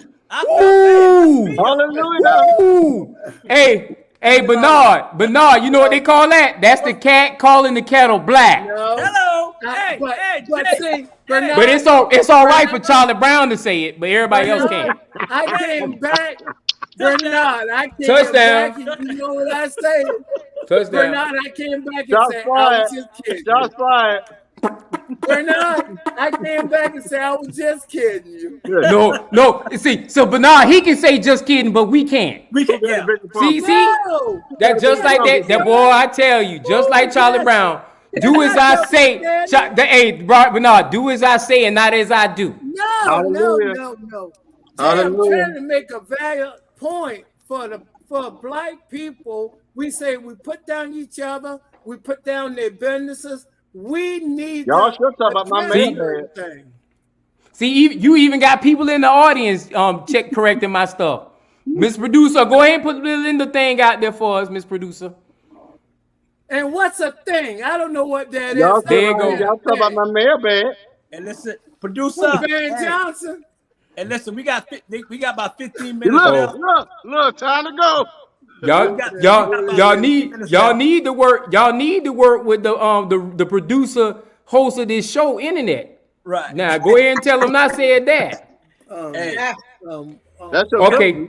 So the next topic is voting and the Willie Lynch syndrome. Voting and the Willie Lynch syndrome. Chandra, you want to start us off with this one? No. Oh man. Shut down. Where's the producer at, y'all? I need help. Charlie Brown, do you want to start with this one? Chad, start it off, Chad. No, Chad is not going to start this off because Chad don't want to get into with Charlie Brown with his language and conversation. I don't know exactly where we at, to be honest with you. We talking about the Willie Lynch syndrome. Oh, the Willie Lynch syndrome. Y'all ain't gonna act the way y'all act. And why is it working? Why is it working? That's a good question. It's been working for the reason it's probably working is that for the fact that they have to keep us divided in that sense to order to keep their agenda where it's at, and that's my honest opinion. And we help put fuel in the automobile to drive it. We really do. Yeah, I agree. We do. Nat, you got something? I would just say that we haven't been able to heal those wounds, and then what happens is we allow people to poke them, and it aggravates us to a point where we just self-destruct. Okay, RG. I already said it. If I know I can come in your community and do what I'm doing, and you ain't gonna do nothing about it, why would I stop? It's like I think Sandra, if I come in your house, Sandra, and I steal your checkbook or I steal your money every week, and you don't do nothing about it, why would I stop? I'm benefiting. Okay, I'm back. My computer went out, but I'm back. Yeah, And everything, you got the Willie Lynch syndrome. I was trying to tell you didn't, but I figured the light skin. I figured the light skin versus the dark skin was getting ready to kick in, and we was gonna have some really good conversation going on. Some old versus the young, some of that going on. The women versus men, all them Now I can talk about Willie Lynch all day, but Bernard, it ain't after dark yet. But what's your conversation about the Willie Lynch syndrome? Hey, I'm gonna pass on that. I'm pass. Okay, Chandra, you got some more verbiage to it, or you gonna pass it again? I mean, well, you guys know that it's been a plan from the very beginning to divide us. In every sense of everything, and that's the reason why they get people like you to run for office, and they pay you and sit you, in they sit you there, to take votes from viable candidates. I mean, it's all a plan. I think you addressed one of the major political problems we've been having in this community and other communities. I'm gonna take my camera off before he starts talking. I want to thank you for sharing that.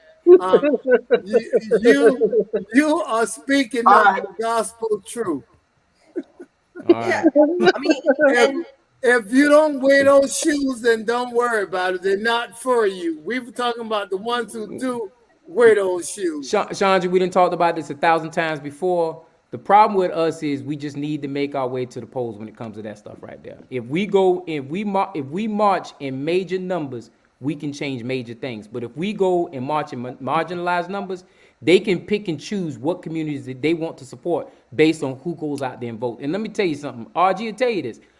There are machines out there that can figure out who votes and who don't vote in your community. And guess what? I can tell you this right now. Tatumville is getting all kind of letters right now about selling their property. But I can tell you one thing. Osley Park ain't getting them letters. So I can tell you with this being with an affirmation, they know what areas to target because of economic anxiety, and they know what areas to target because there is no economic anxiety. There's a reason why they have speed bumps throughout Osley Park all the time, and you don't have any speed bumps in Cloverdale. And I'm speaking in my sister. Let me There's a reason for all that stuff. Let me add that real quick.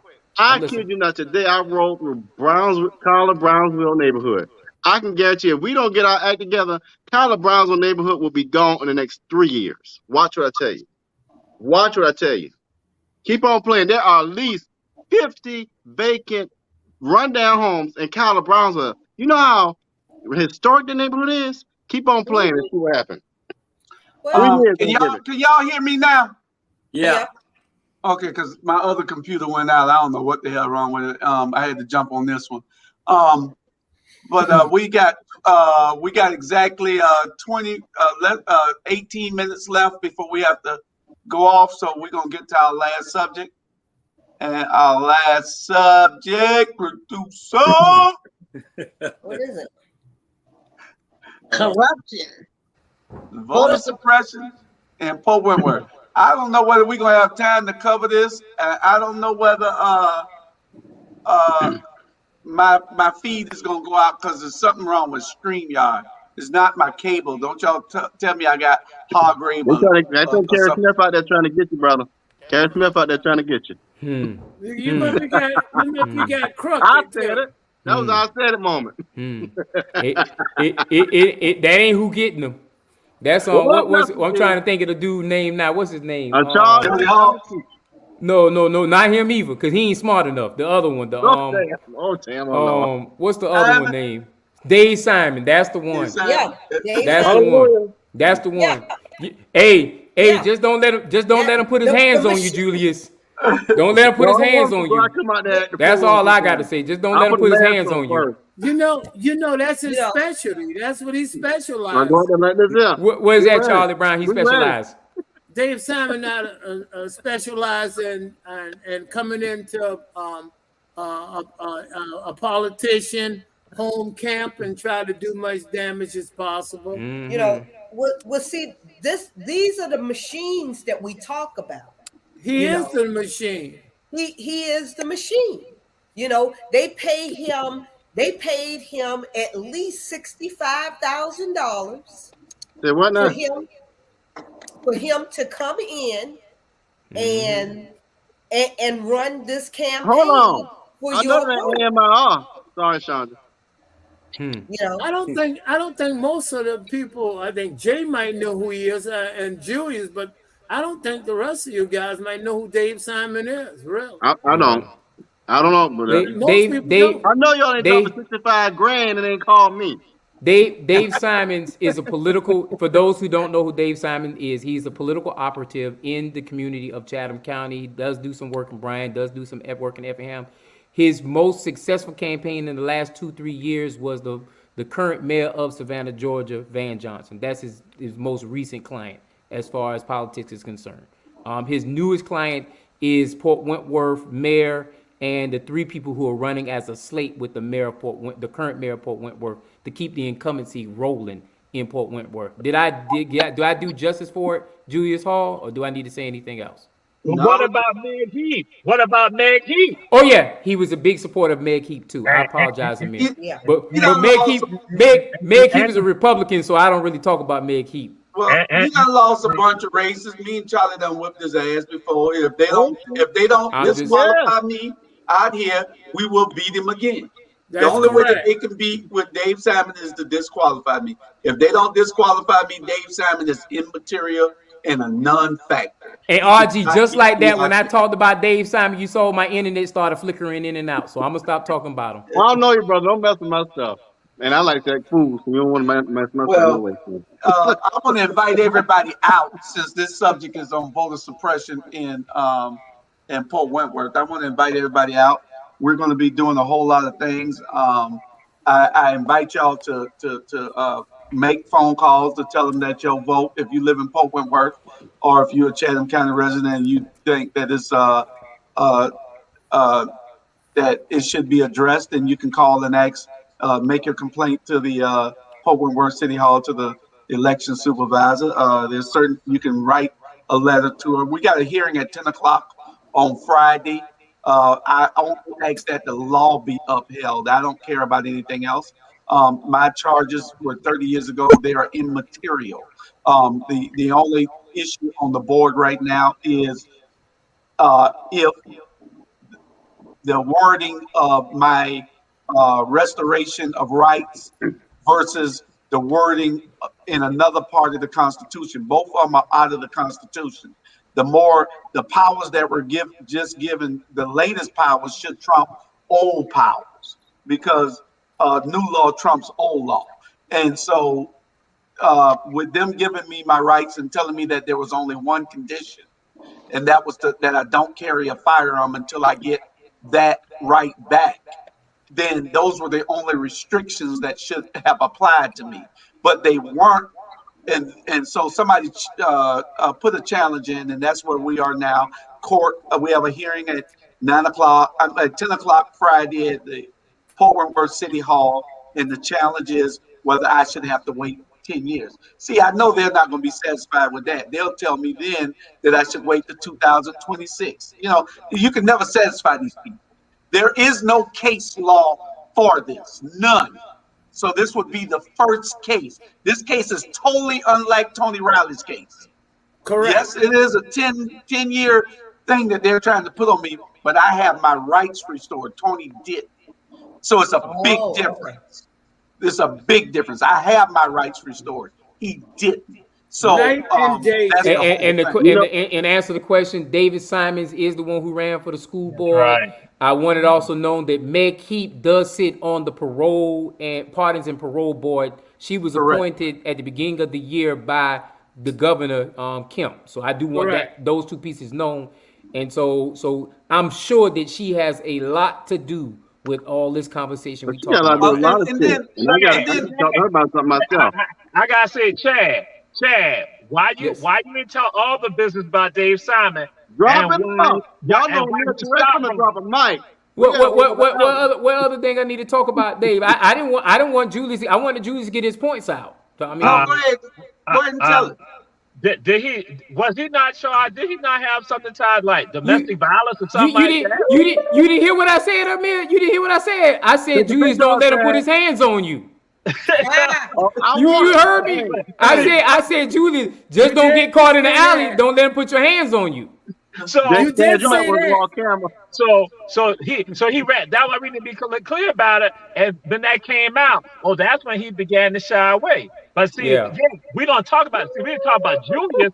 They'll talk about Julius, but then those other people, they'll still go ahead. Put them on the head. I'm saying no, it ain't about that right now. He still can be a political operative, and people know he's involved in domestic violence. So if anything, shut it all down. Yep. Whoop whoop. Well, the other one I told wasn't worthwhile. He should be in the. What's the one who got the contract? Jody Hawk. Yeah, He looked like he done been through some domestic violence himself. Y'all out here having a whole WWE table ladders and chairs match. That's where you see all the corruption. Because how you get a $400,000 contract from your friend? Because he doing all the legwork against Julius Hall on all these social media pages. I mean, That's what he's doing. Come on he's now. doing all the legwork. He filed the complaint.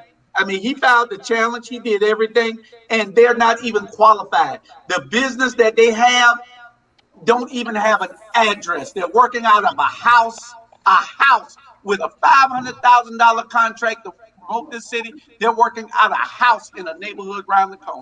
He is qualified. You know how he's qualified? He got 4 votes on city council. That's how he's qualified. City council. He did get 4 votes on city council. I'm not trying to say I'm right or wrong. I'm just calling for what it is, factually speaking.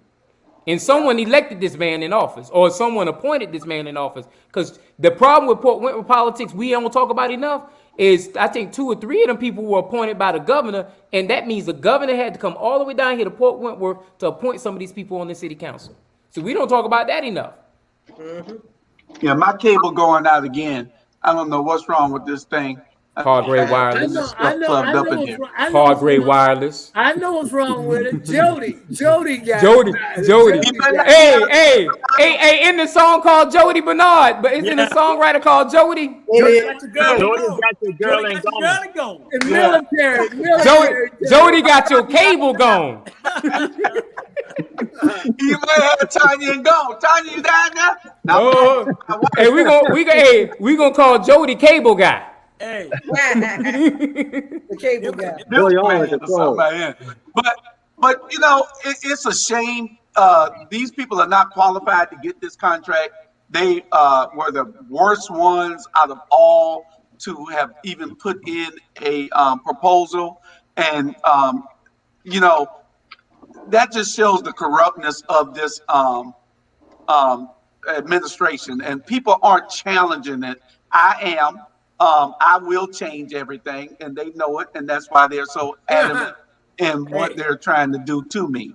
I'm taking a a big pay cut to even try to be the mayor. I spend that much a month in bills for what they pay a year. But what I'm saying is I wanted to make this city better. That's what it's all about. It ain't about money, it ain't about status. It's about making this city better. These people have no vision to do that, period. None whatsoever.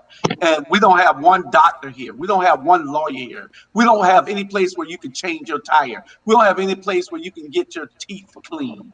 We don't have anything here. Every city around us is booming and blooming, and we're still paying people under the table. So and why is it like that? Them to sue me. They tell me, stop calling them racist, so they sue me. Stop saying that they're crooked before they sue me. Sue me so we can go to court and we can prove it. Hey, and Jody said, just because he got a black grandson, he said he ain't prejudiced. A lot of them slave masters have black grandchildren. Hey. Yeah. But anyway, all that means his kids ain't as racist as he is. That's all that means. Hallelujah. You know what? You know what? And I guess they thought that this would bother me. But one thing I got to tell everybody: if anybody know me, you can't shame me. I've been through darker times. I'm not even supposed to be here right now. Yeah. By the grace of God, I'm sitting here. So you can't scare me into anything. You can't shame me into anything. I'm going to be who I am every day that I'm alive for the rest of my life. I'm going to be who I am. I'm going to tell you like it is. I don't, they tell me to have a little tact and decorum. I'll try as much as I can. Natalie, don't get on me about it. Get on him, Natalie. Get on him. Get on him, Natalie. I had a good senator call me today, too, and told me to be calm. And I am. But I got to be who I am. I got to be able to tell people that they're trying to rob us. They're trying to suppress the vote by doing this. They don't want to beat me at the polls because they know they can't. The people don't trust them anymore, so the people trust me. So I'm what the people want, but they're trying to make sure that the people don't get what they need. I'm going to make this city a better city. I'm going to bring diversity here. We're going to make sure that we have mixed use when we bring warehouses also. We're going to make sure that there are impact fees for all these warehouses, because we just can't have warehouses without somebody having to pay for it. These roads have to be paid for. People being held up in traffic. Things need to be paid for. We have sports complexes that have to go up. It's a whole lot of things that needs to happen here in the city, and these people have no vision for it. So they're trying to get rid of me. Hopefully with God, God is always able when the devil is busy, and the devil is quite busy right now.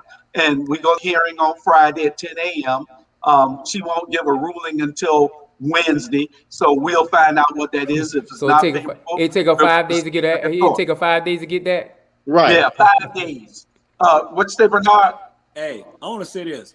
Just like Facebook, shut you down for 3 or 4 days for making a comment, they should be shutting him down for what I seen on his Facebook page was totally disrespectful and wrong.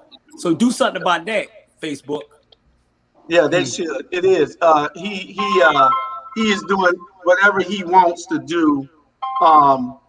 He's doing whatever he wants to do, and that's just pitiful that they can tell you that you can't say a word, but he can put up anything that he wants to. Yeah. It's all about analytics, y'all. Mm-hmm. That's all I'm gonna say. It's all about analytics. You just got to figure out what words to use when you're actually using your wording. Mm-hmm. It's all about analytics. True. I don't know. Julius went pause on us. The thing about like I said, Julie says all that, but there are 2 seats. I want to remind us there are 2 seats in Port Wentworth. 2 seats in Port Wentworth. There were appointed seats. I keep harping on that. 2 seats are appointed seats. What's happening is people have died in those seats. People have resigned from those seats, and all they do is appoint somebody to go into that seat. And then when it comes time for that name to be on the ballot, they go on the ballot as an incumbent that was never elected by the people. And so it's very important that we stress the fact that when these people become incumbents by appointment, we need to call those things out too. Yeah. One of the things that we outnumber everybody here in Port Wentworth. We're 47% of the population here. we are in control of the vote here. They cannot beat us in any of the 4 races, none of them. They will lose power, even if they are successful in kicking me out. If they're successful, I believe that we can still beat them with a write-in campaign. I told that to somebody. I don't know who to beat this was it you? I talked to you about that. Yeah, well, we're gonna have to explore it. It's a possibility, but even if we don't, the mayor will still be a weak mayor because it'll be 5-2. If I'm in it, it'll be 6-1. And because they can't beat me. Hell, ain't nobody in the Chatham County can beat me. Except for Jay Jones or I.B. Chad, but I'm going to keep that to myself. But anyway, we got we got 3 minutes left because I got to end it exactly on time, because if we go over the 2-hour mark, I can't replay the show. Right. It has to be under 2 hours. So we got that. 5 minutes. And then y'all want to give out support. Y'all know where I'm at. Y'all want to come out and protest. We're protesting tomorrow and Friday and all of next week also. Natalie is in charge of that. I'll say this. I sure hope some of our African-American black attorneys are involved with this. I'll just leave it at that. We got, 4, 5, 6, 7 of y'all down here. I sure hope y'all are watching this and tuning in to support Mr. Hall. Enough said. I'll be in Atlanta, Georgia, burying my brother on Friday, so I will not be around. So our condolences to you, Jay Jones, and our prayers are with you and your family. Definitely, Jay. Jamar Torre, what's happening? That's my good brother. He spoke before I spoke the other day, and I appreciate you. You stood in for Pastor Leonard Smalls, and you did an awesome job, and I appreciate you. Even though you ain't a stand and you're first mate, but whoever there to take it, you and Leonard Smalls, y'all are warriors in this community, and my hat goes off to y'all. And I want to say that brother was clean. Was clean. Yeah, to be more careful. He was clean. Yeah, he was more clean. He was cleaner than Bernard Brown. He was cleaner. He was cleaner than the Macy's standing person in the window. He was clean. Yeah, he was clean. Got to be more careful. Have to admit that. I was trying to find out where that outfit was. That boy was so clean. Yeah, I told my wife, I said, well, how you dressed like that and you got me dressed in this two-color Hey, I said Julius Hall can never wear that blue jacket again, man. How clean that brother was. He was wearing them green slacks, man. Goodness gracious, brother. Yeah, that's why he in the dark right now. Yeah, I gotta get a pair of them. Jamal, tell him that was that seafood you had Saturday. Got to be more careful. Yeah. Well, at any rate, gentlemen and ladies and gentlemen, I appreciate y'all coming on. I appreciate y'all support. If anybody want to help out here, we'll be doing things out here, I think from 2 to 5 or something like that, Natalie, or 2 to 5 or something like that on tomorrow. And on Friday, I think they'll be out here from 9 to 12. Yeah. 9 a.m. to 12. The hearing is on Friday at 10. All we want is a fair shake. If you follow the law and the court saying that I can't run, then I can't run. I'm writing 3 books. I just finished one. I sent it to the publisher. I got 2 more to write. I got a business to run. I got an e-commerce business here with all the stuff back here that I got. I got a lot to do. I got a network that we're building together with all of y'all. So we got things that we're doing, but I want to make Pope Wentworth better. That's my whole mission. I didn't want to run for office. God put this on me. So whatever happens, I guess it'll be a lesson. It's going to be a lesson. I think it would be great if, Julia, just to reiterate, if you are available or if you know someone who's available, if you can come out Friday, especially because there's only 20 people allowed in the hearing and you have to sign up for that on Monday. So we would love to have support. Was Monday gone? Right, this past Monday. So if you didn't get on that list, we'd still love to have you come out and support. As Julia said, they'll be protesting. Also, you can support by liking and sharing this broadcast. And we got to go. That's the word. Good night. All right, y'all be good. Bye, y'all. Bye. Good night. Love y'all.